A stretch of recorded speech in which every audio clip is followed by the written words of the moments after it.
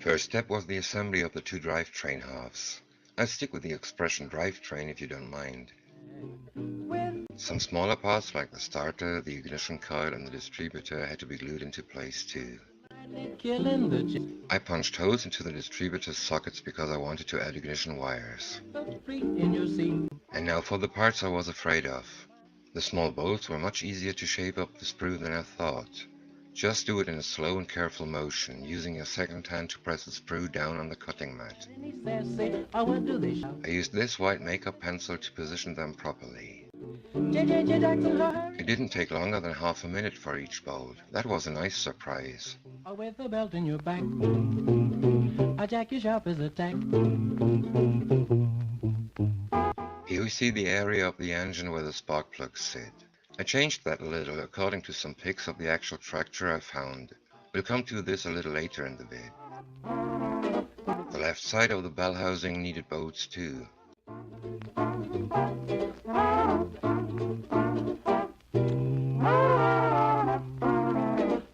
The engine's front plate was next. There was a huge ejector pin to remove, but that wasn't difficult at all. I used my side cutter and then cut up the rest with my hobby knife. No sanding necessary if you cut it off flush. Fit is perfect. Now listen here, Jack, I'm sharp as a tack. Then these two fan belt pulleys had to be glued into place. Really sharp, I mean shown. And the first minor issue with the instructions. The generator is shown, but the part number is missing. This is a 2-spruce kit and it wasn't too difficult to find out the number, but I want to say it clear right now.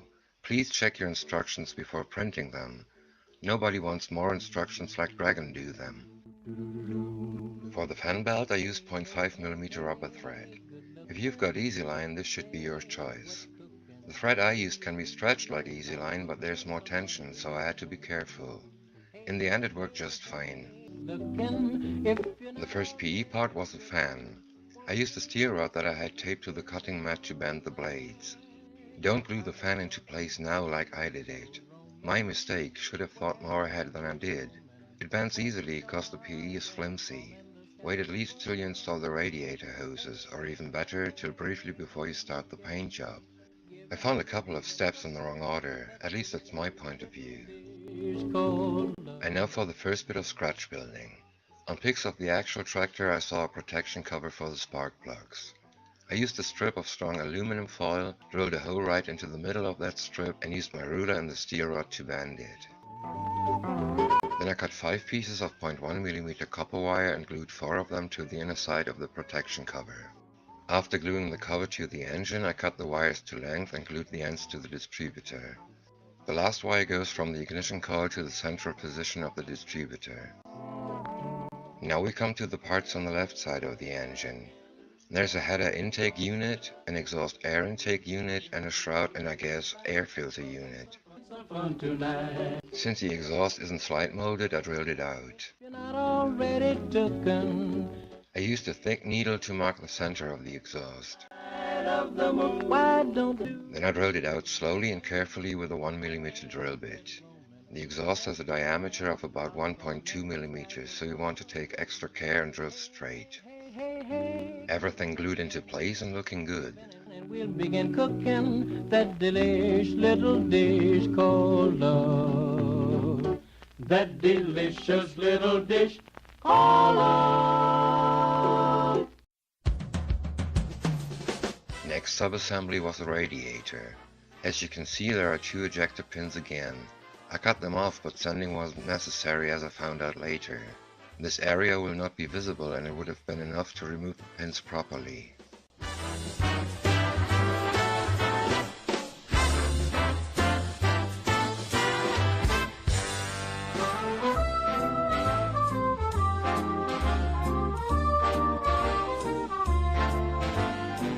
Next parts were the tank, which will almost be invisible under the engine cover, and the 2 radiator hoses. As I mentioned before, the hoses should be glued into place before the fan. Positioning the hoses is simple but unnecessarily fiddly to do that behind the fan.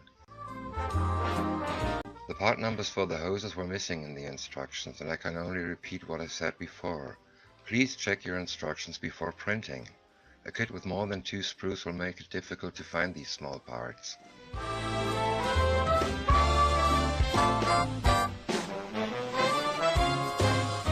I added some wiring and plumbing to the engine.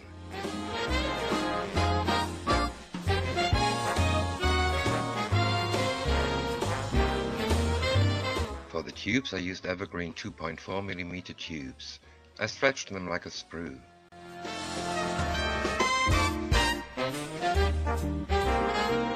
There's still tubes afterwards.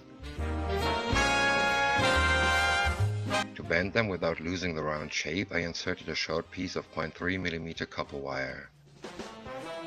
The ends of the wires and the long tube were just glued to the tank because the engine cover will hide them. My next tractor will have the engine cover in the open position, so I'll have to glue the ends where they belong.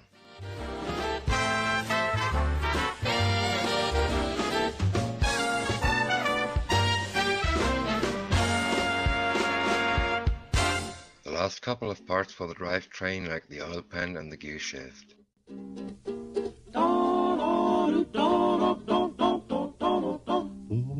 All the day long, whether rain or shine, she's a part of the assembly line. She's making history, working for victory. Rosie, the riveter, keeps a sharp lookout for sabotage, sitting up there on the fuselage. The rear axle consists of 3 parts, 2 for the axle and the differential cover. Riveter, Rosie's got a boyfriend, Charlie. Charlie, he's a Marine. Rosie, I just cut off the ejector pins. It was some tedious work to clean up the seams. when they gave her a production knee, she was as proud as a girl could be. There's something true about red, white, and blue about Rosie, the riveter.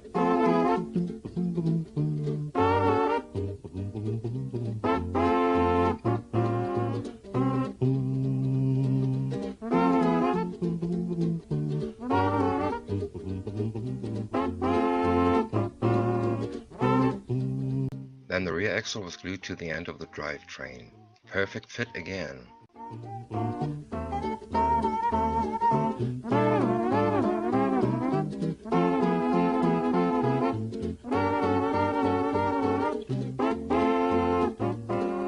Rosie, You can tell it from the instructions. The front axle consists of some fiddly parts.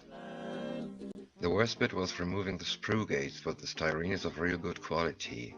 Once the plastic cement is cured, you need brutal force to break the contact points.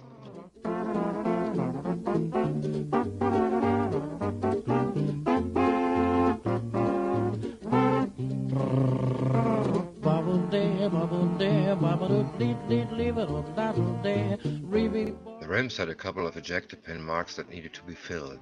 I used my putty and plastic cement mixture. I added valves from 0.5mm brass wire. Rosie, the riveter, on the assembly line. The 2 parts for each rim were taped together because I want to paint them before I assemble the wheels completely.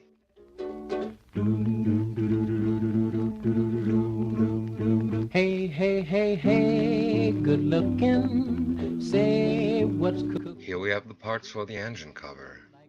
The dashboard is the second PE part, and it's unnecessary in my opinion.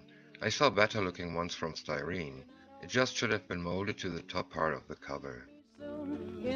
You can see it on these pics. The side walls moved inwards while the glue was still wet. I used a cloth pack to keep them in the correct position till the glue had cured.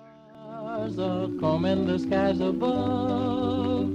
Hey, hey, hey, hey, good looking, giving and we'll begin cooking that delish little dish called love.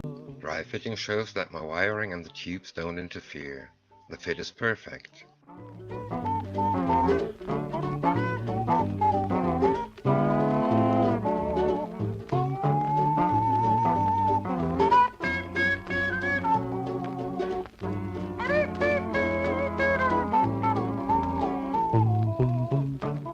Assembling the rear fenders was simple, although the mounting looks flimsy.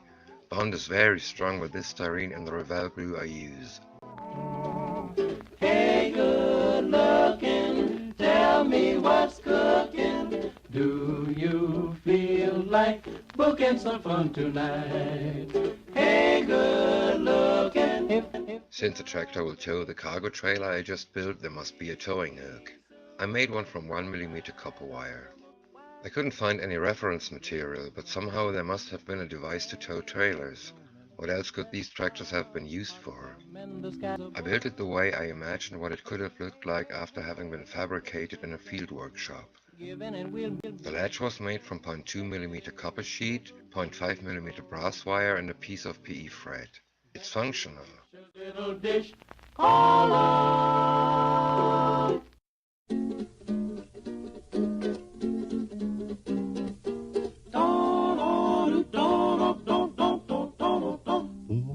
All the day long, whether rain or shine, she's a part of the assembly line. She's making history, working for victory. Rosie, the riveter. The trailer has a safety chain and I needed 2 hooks for it. I had some spare hooks in my Tamiya Stück 3 kit. Then a man can do. Rosie, the riveter. Rosie's got a boyfriend, Charlie. Charlie, he's a Marine. Rosie is protecting Charlie, working overtime on the riveting. And now for the PE parts that almost drove me insane. The floor plates. I was really nervous right from the beginning because the PE is very thin.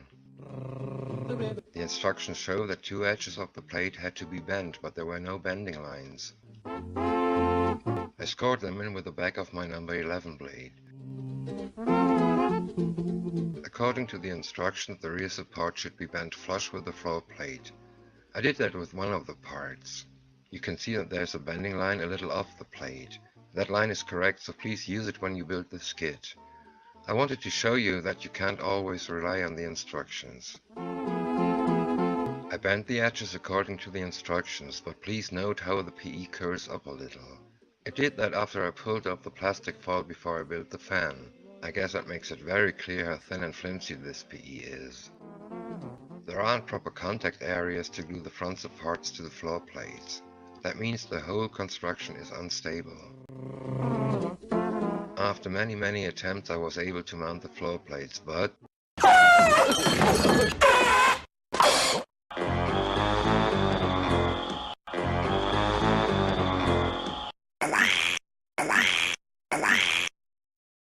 it's always a good idea to check, double and triple check the instructions before gluing parts together.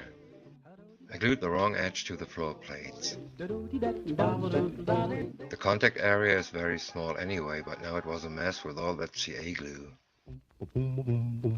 What do they say when they see me? While I was trying to find a better way to assemble the floor plates, I wanted to show you how I built the driver's seat. 4 styrene and 2 PE parts are needed for the construction. The 2-part support is terribly unstable as long as the glue hasn't cured. After that, it's a rigid piece and you don't need to be too careful when handling it. Gluing these 2 PE parts into place isn't easy. The main support is narrow and you must glue the PE parts between the 2 styrene parts. In my opinion, the use of PE is unnecessary and the parts should have been molded to the 2 styrene parts. Why doing PE parts like those? Because it can be done? This was the point at which I started wishing I was building a Tamiya kit. Up to now, the use of PE parts took me longer than the complete assembly, including the scratch-built pieces. Don't get me wrong, this kit is lovely, but I'd love it even better without PE. The instructions weren't very precise on where to glue this L-shaped piece with the coil spring. I assumed it should be positioned like this. I was wrong and I had to move it a little more towards the rear.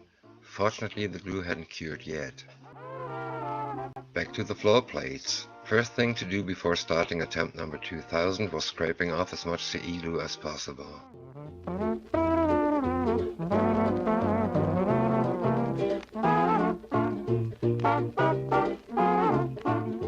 One of the rear supports snapped off while I was merrily removing the glue. I used a strip of aluminum foil to rebuild it. It's clearly visible, but that couldn't be helped. The fiddly stuff made me nervous, so I did something to relax. The trailer needs power supply for the taillights. The tractor doesn't have any light, but there's a generator. A smart mechanic in a field workshop could have built a socket and some clamps for the wiring. As before with the towing hook, I didn't have any reference material, so I used my imagination again. The socket is one of the ejector pins. I glued it on top of the differential housing. The wiring was made of the same rubber thread I used for the fan belt. My trusty strong aluminum foil was used to make some clamps. Before I could finish the wiring, I wasn't able to avoid gluing the floor plates into place anymore. I used narrow strips of 0.5mm styrene to build supports for both inner edges. They'll be almost invisible, and since I didn't want to go crazy about this part of the assembly, I decided to use that dirty trick. Done at last! The many attempts left traces of CA glue around the contact areas. That makes it a sloppy job. You can see it on the close-ups. Nonetheless, I'm happy with the result. Mud and dirt will cover the worst bits, and since it's a tractor, it'll look plausible. Here you can see the rear support replacement on the left-hand side and the missing edge on the right-hand side. It snapped off because of frequent reshaping. This needs to be replaced too.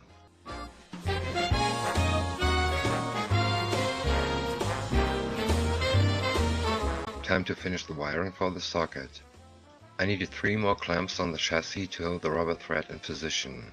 The thread can be glued easily with CA glue. The power line also disappears under the engine cover. Then it was time to assemble the pedals and the last clamp.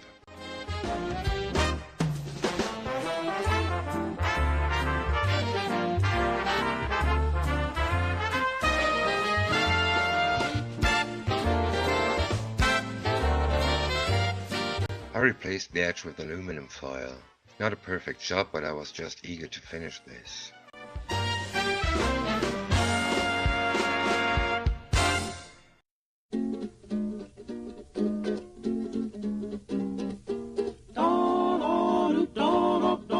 I glue on the complete steering after painting, but before weathering.